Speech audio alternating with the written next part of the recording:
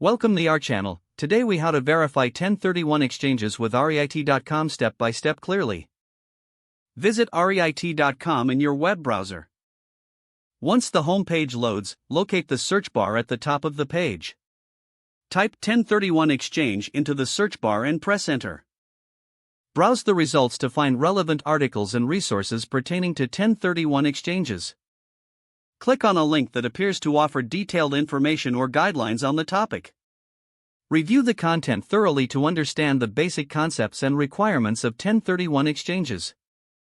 Next, navigate to the Tools or Resources section on the website. Look for calculators or tools specifically designed for 1031 exchanges. Select a 1031 exchange calculator tool to evaluate potential investments. Input the required financial data, such as purchase price and proceeds from the sale. Calculate the estimated tax deferral amounts based on your inputs. Take note of any important disclaimers or conditions mentioned on the Tools page. If necessary, download any supporting documents available regarding 1031 exchanges. Consider consulting the FAQ section for commonly asked questions related to 1031 exchanges. If you have further inquiries, look for contact information to reach REIT.com experts. Finally, save or bookmark any important links for future reference related to 1031 exchanges. This systematic approach will ensure you verify 1031 exchanges effectively using REIT.com. If the page does not load, refresh the browser or try again in a private or incognito window. Make sure you are using the correct email address, then retype it carefully to avoid small typos.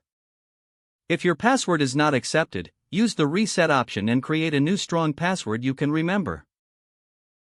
Check your spam folder for verification or security emails, then complete any requested confirmation steps.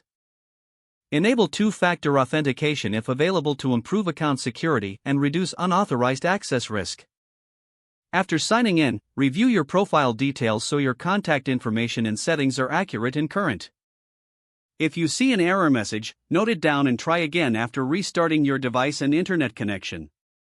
Log out when you finish, especially on shared devices, to keep your account and payment information secure. If the page does not load, refresh the browser or try again in a private or incognito window. Make sure you are using the correct email address, then retype it carefully to avoid small. If your password is not accepted, use the reset option and create a new strong password you can remember.